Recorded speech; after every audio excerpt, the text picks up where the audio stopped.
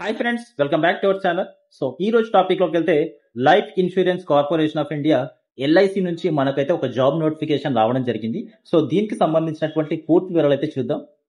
వీడియోలోకి వెళ్ళే ముందు నాదైతే ఒక చిన్న రిక్వెస్ట్. సో మొదటిసారిగా మన ఛానల్ ఎవరైతే విజిట్ చేస్తున్న వాళ్ళు ఉన్నారో తప్పకుండా మన ఛానల్ అయితే సబ్స్క్రైబ్ చేసుకోండి. అలాగే వీడియోస్ కూడా లైక్ చేస్తూ షేర్ చేయండి. Thank you so much. So job details కనుక చూసుకున్నట్టయితే అసిస్టెంట్ అడ్మినిస్ట్రేటివ్ ఆఫీసర్స్ ఏఏఓ అనే ఉద్యోగాలకు సంబంధించి ఈ రిక్రూట్మెంట్ అయితే చేస్తున్నారు. సో ఇది జర్నలిస్ట్ కేటగిరీకి సంబంధించి 32nd బ్యాచ్ ఇది. అయితే ఈ ఉద్యోగాలకు గాను ప్రతి ఒక్కరూ అయితే అప్లై చేసుకోవచ్చు. ఇండియన్ సిటిజన్ అయి ఉంటే సరిపోతుంది, ఎవరైనా అప్లై చేసుకోవచ్చు. కాబట్టి ఆంధ్ర తెలంగాణ వాళ్ళు మేల్ అండ్ ఫీమేల్ ప్రతి ఒక్కరు అయితే అప్లై చేసుకోవచ్చు.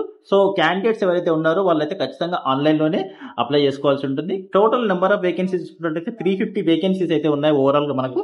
సో దాంట్లో మనకు కరెంట్ ఇయర్ వి 341 వేకెన్సీస్ ఉన్నాయి. అలాగే బ్యాక్లాగ్ వి 9 వేకెన్సీస్. ఓవరాల్ గా 350 వేకెన్సీస్ అయితే ఉన్నాయి. సో ఇక్కడ క్లియర్ గా మనకు రిజర్వేషన్ పరంగా కూడా మనకు క్లియర్ గా మెన్షన్ చేశారు. సో ఇక్కడ చూసుకున్నట్లయితే ఎస్సీకి 51 వేకెన్సీస్ ఉన్నాయి, ఎస్టీకి 28, ఓబీసీకి 91, ఈడబ్ల్యూఎస్ 38, అలాగే అన్రిజర్వ్ కేటగిరీ వాళ్ళకు 142 వేకెన్సీస్ అయితే ఉన్నాయి. సో ఇలా 350 వేకెన్సీస్ ఉన్నాయి. అలాగే పీడబ్ల్యూడీ క్యాండిడేట్స్ కూడా వేకెన్సీస్ కూడా ఉన్నాయి. కాబట్టి సో ప్రతి ఒక్కరు అయితే అప్లై చేసుకోవచ్చు. ఈ జాబ్స్ కి అప్లై చేసుకోవడానికి ఆన్లైన్ రిజిస్ట్రేషన్స్ వచ్చేసి మనకు ఆగస్ట్ 16th అయితే స్టార్ట్ అయింది. సో లాస్ట్ డేట్ అయితే సెప్టెంబర్ 8 వరకు అయితే ఉంది. సో ఆలోపు అయితే అప్లై చేసుకునే ప్రయత్నం అయితే చేయండి. ఈ ఉద్యోగాలకు సంబంధించి గాను మనకు రిటర్న్ ఎగ్జామినేషన్ అయితే ఉంటుంది. సో ఆ రిటర్న్ ఎగ్జామినేషన్ వచ్చేసి మనకు ప్రిలిమ్స్ అలాగే మెయిన్స్ అయితే ఉంటుంది. సో దీనికి సంబంధించినటువంటి డేట్స్ కూడా క్లియర్ గా మెన్షన్ చేశారు.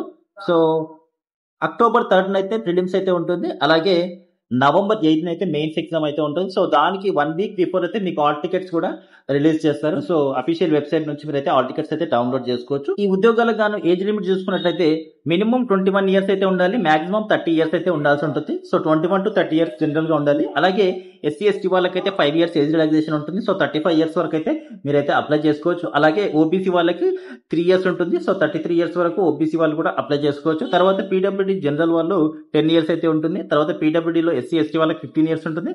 పీడబ్ల్యూడీ ఓబీసీ వాళ్ళకి 13 ఇయర్స్ అయితే ఉంటుంది. సర్వీస్ మెన్ జనరల్ లో 5 ఇయర్స్ అయితే ఉంటుంది. ఎస్సీ ఎస్టీ వాళ్ళకి 10 ఇయర్స్ ఉంటుంది. ఓబీసీ వాళ్ళకి 8 ఇయర్స్ ఉంటుంది. తర్వాత ఎల్ఐసి ఎంప్లాయీస్ కి వచ్చేసి 5 ఇయర్స్ అయితే ఏజ్ రిలాక్సేషన్ ఉంటుంది. సో ప్రతి ఒక్కరైతే అప్లై చేసుకోవచ్చు. అయితే దీనికి సంబంధించిన ఎడ్యుకేషన్ క్వాలిఫికేషన్ చూసుకున్నట్లయితే బ్యాచిలర్స్ డిగ్రీ ఉంటే సరిపోతుంది.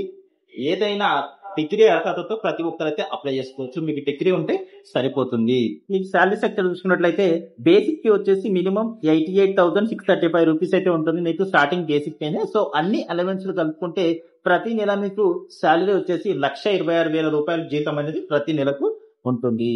మీరు జాబ్ లో సెలెక్ట్ అయిన తర్వాత మీకైతే స్టార్టింగ్ లో ప్రొబేషన్ పీరియడ్ అయితే ఉంటుంది. సో ఈ ప్రొబేషన్ పీరియడ్ వచ్చేసి మీకు 1 ఇయర్ పాటు అయితే ప్రొబేషన్ పీరియడ్ ఉంటుంది. From the date of joining నుంచి మీకు 1 ఇయర్ పాటు ఖచ్చితంగా ప్రొబేషన్ పీరియడ్ లో వర్క్ చేయాల్సి ఉంటుంది. అలాగే ఒకవేళ మీకు 2 ఇయర్స్ కూడా ఎక్స్టెండ్ అయ్యే ఛాన్స్ కూడా ఉంటుంది. కాబట్టి సో మీరు 2 ఇయర్స్ అయినా వర్క్ చేయాల్సి ఉంటుంది. దాని తర్వాత మీ జాబ్ అనేది కన్ఫర్మేషన్ అనేది అయితే దీనికి సంబంధించి గ్యారంటీ బాండ్ అయితే రాయాల్సి ఉంటుంది. సో మీరు జాబ్ లో సెలెక్ట్ అయిన తర్వాత జాయిన్ అయ్యేటప్పుడే మీరు బాండ్ కూడా రాయాల్సి ఉంటుంది. అది వచ్చేసి 5 lakhs రూపీస్ అయితే బాండ్ అయితే రాయాల్సి ఉంటుంది. అయితే ఈ ఉద్యోగాలకు సంబంధించి అప్లికేషన్ ఫీజు అయితే ఉంటుంది. సో అప్లికేషన్ ఫీజు చూసుకున్నట్లయితే ఎస్సీ ఎస్టీ పీడబ్ల్యూడీ క్యాండిడేట్స్ కి 85 rupees plus transaction charges GST అయితే ఉంటుంది.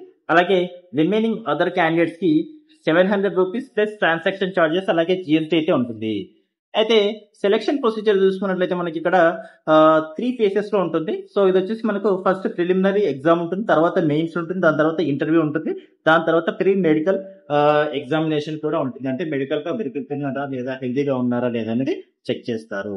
అయితే phase 1 లో మీకు ప్రిలిమ్స్ ఎగ్జామ్ అయితే ఉంటుంది. సో ఈ ప్రిలిమ్స్ ఎగ్జామ్ వచ్చేసి మీకు ఆన్లైన్ లో ఆబ్జెక్టివ్ టెస్ట్ అయితే ఉంటుంది. సో ఆన్లైన్ లోనే ఎగ్జామ్ అయితే ఉంటుంది. సో మీకు ఎలాంటి నెగిటివ్ మార్క్స్ అయితే లేవు. సో చక్కగా రాసుకోవచ్చు.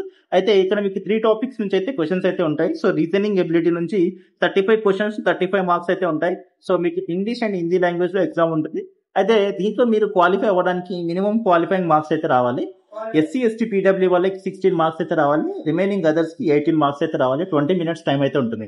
తర్వాత క్వాంటిటేటివ్ యాప్టిట్యూడ్ నుంచి 35 క్వశ్చన్స్ 35 మార్క్స్ 16 మార్క్స్ క్వాలిఫైయింగ్ అయితే రావాలి ఎస్సీ ఎస్టీ పీడబ్ల్యూడీ. అలాగే అదర్స్ కి 18 మార్క్స్, ఇలా 20 minutes అయితే ఉంటుంది. ఇంగ్లీష్ లాంగ్వేజ్ నుంచి మీకు 30 క్వశ్చన్స్ అయితే ఉంటాయి, 30 మార్క్స్. తర్వాత ఎస్సీ ఎస్టీ పీడబ్ల్యూ వాళ్ళకి 9 మార్క్స్ అయితే రావాలి క్వాలిఫై అవ్వడానికి, అదర్స్ కి 10 మార్క్స్ అయితే రావాలి, 20 మినిట్స్ టైం అయితే ఉంటుంది. సో ఇలా ప్రతి సెక్షన్ లో మీరైతే క్వాలిఫై అవ్వాల్సి ఉంటుంది.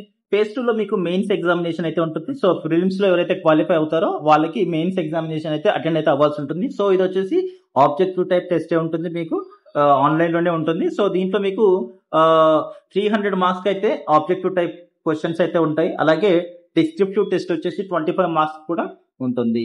సో దీంట్లో క్వాలిఫై అయిన వాళ్ళకి ఫర్దర్ గా ఇంటర్వ్యూ అనేది కండక్ట్ చేస్తారు. సో దీనికి కూడా మీకు ఎలాంటి నెగిటివ్ మార్క్స్ అయితే ఉండవు. సో దీంట్లో కూడా మీరు ప్రతి ఒక్క సెక్షన్ కి అయితే క్వాలిఫై అవ్వాల్సి ఉంటుంది. సో ఇక్కడ 5 సెక్షన్స్ అయితే ఉన్నాయి కదా. సో ఇక్కడ 5 సెక్షన్స్ లో మీరైతే ప్రతి సెక్షన్ లో క్వాలిఫై అవ్వాల్సి ఉంటుంది. సో ఇక్కడ చూసుకున్నట్లయితే రీజనింగ్ నుంచి 30 క్వశ్చన్స్ 90 మార్క్స్ అయితే ఉంటాయి. So English and Hindi language లో మీకు ఎగ్జామ్ అనేది ఉంటుంది. అలాగే మినిమం క్వాలిఫైయింగ్ మార్క్స్ వచ్చేసి ఎస్సీ ఎస్టీ పీడబ్ల్యూ వాళ్ళకి 40 మార్క్స్ అయితే రావాలి. రిమైనింగ్ అదర్ క్యాండిడేట్స్ కి 45 మార్క్స్ అయితే రావాలి. సో దీనికి ఓవరాల్ గా 40 మినిట్స్ టైం అయితే ఉంటుంది. సో ఇలా ప్రతి ఒక్కరికి ప్రతి సెక్షన్ లో అయితే క్వాలిఫై అవ్వాల్సి ఉంటుంది. సో ఇక్కడ క్లియర్ గా ప్రతి సెక్షన్ కి అయితే మీరు అయితే చెక్ చేసుకోవచ్చు.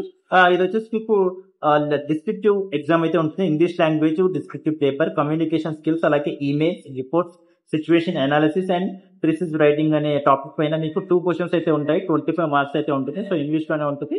సో దీంట్లో మీరు క్వాలిఫై అవ్వాలి ఖచ్చితంగా. ఎస్సీ ఎస్టీ పీడబ్ల్యూ వాళ్ళు 9 మార్క్స్ అయితే క్వాలిఫైయింగ్ మార్క్స్, అలాగే మిగతా వాళ్ళకి 10 మార్క్స్ అయితే రావాలి. హాఫ్ అన్ అవర్ టైం అయితే దీనికి కూడా ఉంటుంది. సో ఇలా ఒకసారి అయితే మీరు క్లియర్ గా చెక్ చేసుకోండి. ఫేజ్ 3 మీకు ఇంటర్వ్యూ అయితే ఉంటుంది. సో ఈ ఇంటర్వ్యూలో మీరు ఖచ్చితంగా మినిమం క్వాలిఫైయింగ్ మార్క్స్ దీంట్లో కూడా రావాల్సి ఉంటుంది. సో 60 మార్క్స్ అయితే మీకు ఇంటర్వ్యూ అయితే కండక్ట్ చేస్తారు.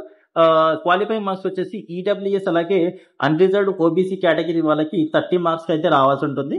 అలాగే ఎస్సీ ఎస్టీ పీడబ్ల్యూడీ క్యాండిడేట్స్ కి 27 మార్క్స్ అయితే వస్తే సరిపోతుంది.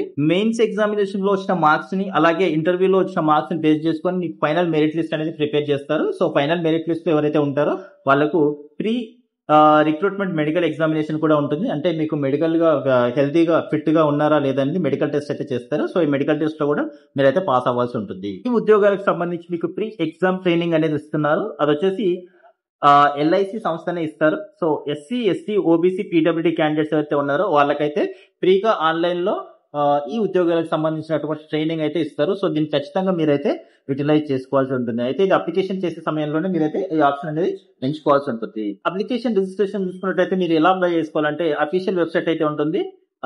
LIC.India.in అనే వెబ్సైట్ కి వెళ్ళిన తర్వాత కెరియర్స్ అనే పేజ్ ఉంటుంది. సో అక్కడ మీకు ఇక్కడ recruitment AAO generalist specialist assistant engineer 2025 అనే ఆప్షన్ ఉంటుంది. సో అక్కడ నుంచి మీరైతే అప్లై చేసుకోవాల్సి ఉంటుంది. దీనికి సంబంధించినటువంటి లింక్ నేనైతే డిస్క్రిప్షన్ లో ఇస్తాను. సో మీరు అయితే నుంచి అక్కడ నుంచి యాక్సెస్ చేసి అప్లై చేసుకోవచ్చు. సో మీరు అప్లికేషన్ ఫీజు కూడా ఆన్లైన్ లోనే పే చేయాల్సి ఉంటుంది. సో ఇది ఫ్రెండ్స్ ఎల్ఐసి నుంచి మంచి job opportunity. So life settle అయ్యే జాబ్ ఇది.